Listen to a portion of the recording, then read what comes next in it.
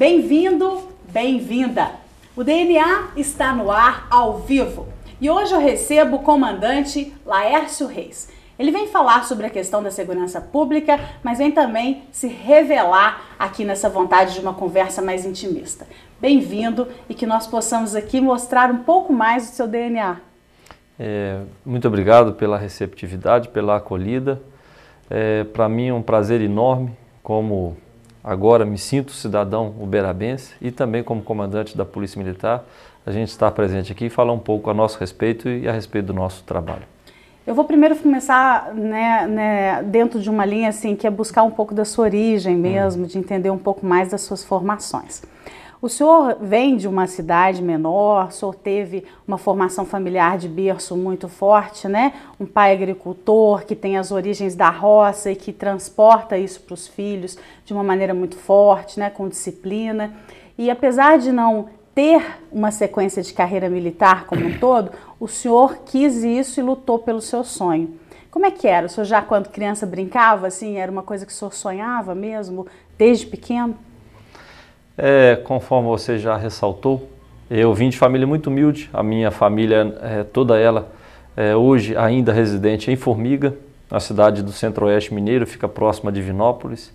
E o meu pai, é uma família muito tradicional, uma educação muito rígida, muito rigorosa, e que até hoje eu sou muito grato a ele por toda essa educação e esse tratamento que eu recebi na minha infância e na minha adolescência. Mas a respeito da carreira militar, foi uma oportunidade que surgiu. Meu pai, obviamente, conforme você disse, era agricultor, depois mudou para a cidade e continuou assalariado. Surgiu a oportunidade de ingressar na carreira militar por uma influência de um tio, né, que era sargento, é sargento da Polícia Militar, aposentou-se, e eu vi uma oportunidade realmente de explorar mais o meu potencial, de crescer um pouco mais na vida, e fui aos 18 anos para Belo Horizonte. E a partir daí foram, desde então, 1986 até os dias de hoje, de muito estudo, muito trabalho, todo ele em Belo Horizonte. E agora no interior, o senhor tem o desafio de construir, né, essa nova identidade, talvez um pouco mais autônoma, mais independente. E o senhor colhe aqui uma série de frutos, porque Uberaba é uma cidade que vive o seu desenvolvimento, seu ápice econômico, e com isso uma série de impactos vem. Na minha opinião pessoal, há aí uma necessidade de uma discussão em relação a isso, porque só a atração de investimentos por si só, pura e simplesmente, ela é preocupante e o reflexo disso é tão imediato que já tem acontecido. Então, como que o senhor vê hoje a possibilidade de praticar esse sonho? Diante de uma série de desafios, porque o senhor tem leis que nem sempre são aplicadas, o senhor tem uma visão popular que desgastou diante do processo de querer segurança e não conseguir, né? O senhor tem o desafio de liderar uma equipe que também precisa de um líder capaz de inspirar admiração, confiabilidade, respeito, que algumas outras estruturas também estão em falta. É muito difícil. Numa pergunta só, você já abordou uma série de fatores que estão envoltos nessa difícil missão nossa, porque, obviamente, eu sou o comandante da Polícia Militar aqui na região e eu devo enfatizar, a região é Uberaba, Araxá, Iturama, Frutal, então nós temos aí uma série de municípios, 30 no total, que compõem a minha área de responsabilidade.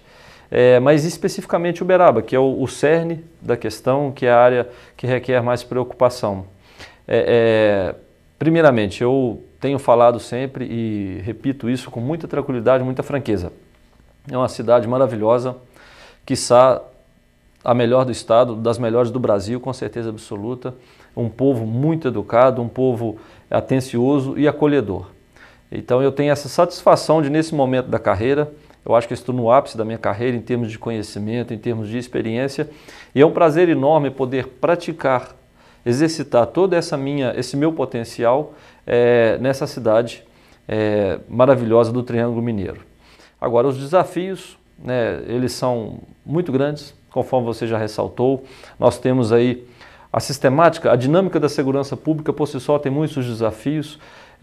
Não se faz polícia isoladamente. O trabalho realmente de segurança pública começa com uma sociedade consciente, com o cidadão preocupado em se preservar, em preservar seu patrimônio, e logo em seguida a gente tem a Polícia Militar atuando nas ruas, seja preventivamente, seja de maneira repressiva, porque esse é um dos papéis da Polícia Militar, e a partir daí o sistema de persecução criminal ele acontece na investigação criminal, na denúncia oferecida pelo Ministério Público, na condenação pelo Judiciário e no sistema penitenciário, que tem o objetivo último, pelo menos essa é a essência, essa é a filosofia de recuperação dos criminosos.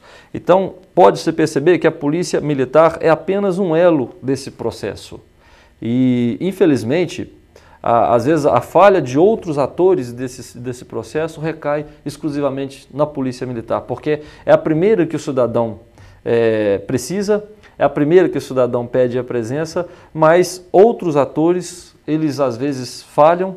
As leis, por exemplo, hoje no Brasil, na minha avaliação, com a minha experiência, com o meu conhecimento, eu tenho formação jurídica, sou formado em Direito pela Universidade Federal de Minas Gerais, as leis, elas favorecem ao infrator, e é importante que o cidadão ele tenha consciência disso, de que ele tem que participar desse processo social de cobrança dos seus representantes políticos. O cidadão vota num deputado, num senador, num presidente da República, num governador e não cobra mais desse representante.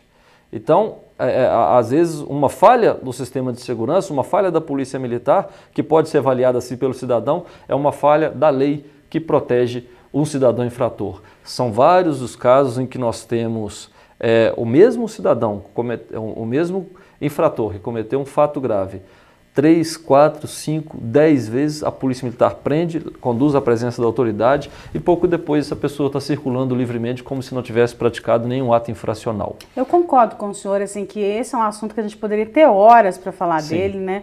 Porque é uma estrutura, mas que tem recaído sobre a Polícia Militar. Porque Sim. Normalmente a polícia que fica exposta, né? Então, o que eu quero que o senhor me diz, assim, qual é a opinião do senhor em relação a essa mudança cultural? Eu espero, sinceramente, que ela aconteça, mas acho que isso vai demorar muito tempo até que as pessoas como Márcia possam se organizar para fazer valer seus direitos e tenham segurança para isso, né? Não sejam aí de alguma forma condenadas premeditadamente, né? Perseguidas porque usam seu direito de denúncia, enfim. O senhor acha que porque a ficção muitas vezes inspira a realidade e vice-versa? E a gente tem uma obra aí constante, né, de milícias que são mostradas na televisão, pessoas que se armam para combater a bandidagem, cidadão comum que cansa desse processo de aguardar e também. O senhor acha que as pessoas vão começar a se rebelar? Na verdade, eu acho que se rebelar, a ideia de rebeldia é muito forte, muito impactante. O que acontece vai acontecer fatalmente e a gente já percebe uma mudança muito grande na sociedade nesse contexto, é o envolvimento maior das pessoas do que se refere ao processo de cidadania. Né? Nós, historicamente, culturalmente, o nosso cidadão ele não é participativo como deveria. Né? Historicamente, ele espera que o Messias seja o imperador, seja o presidente, seja o deputado, resolva todos os problemas dele. Né? Então, na verdade, a mudança de comportamento passa por um cidadão mais consciente da importância dele como cidadão e também de medidas de coletivamente agir em prol dele próprio e da coletividade. Eu vou te citar um exemplo. A Polícia Militar tem um programa muito interessante que é a Rede de Vizinhos Protegidos. Então, muitas das vezes, a gente conclama o pessoal a se reunir, a participar, a adotar medidas de autoproteção, mas nas reuniões, às vezes, comparecem meia dúzia de pessoas, sendo que num bairro nós temos lá milhares de pessoas interessadas no programa. Só que a partir do momento em que essa pessoa começa a sofrer os efeitos da própria omissão e da negligência dela, aí ela verifica que é importante ela participar. Ela estar presente, porque ela tem o interesse de que o patrimônio, a família dela esteja protegida. Então, eu acredito que é uma situação que ela é impulsionada pela necessidade. A pessoa começa a perceber que é necessária essa participação. E eu sempre uso uma frase muito interessante do Cazuza. Ele diz que as ideias têm que corresponder aos fatos. E eu acho isso fantástico. Não adianta a gente vir aqui na presença dos nossos ouvintes, em público, numa palestra, nós pregarmos palavras bonitas, ideias maravilhosas. Se nós não concretizarmos essas ideias, de nada vai adiantar. O crime vai começar a incomodar as pessoas, o seu filho vai para a escola e vai ser incomodado dentro da escola, na porta da escola. Então nós temos que mudar o nosso comportamento e a polícia tem um papel importantíssimo nesse processo. Tem um papel importantíssimo porque o cidadão precisa da polícia para garantir realmente que ele esteja livre da ação de infratores.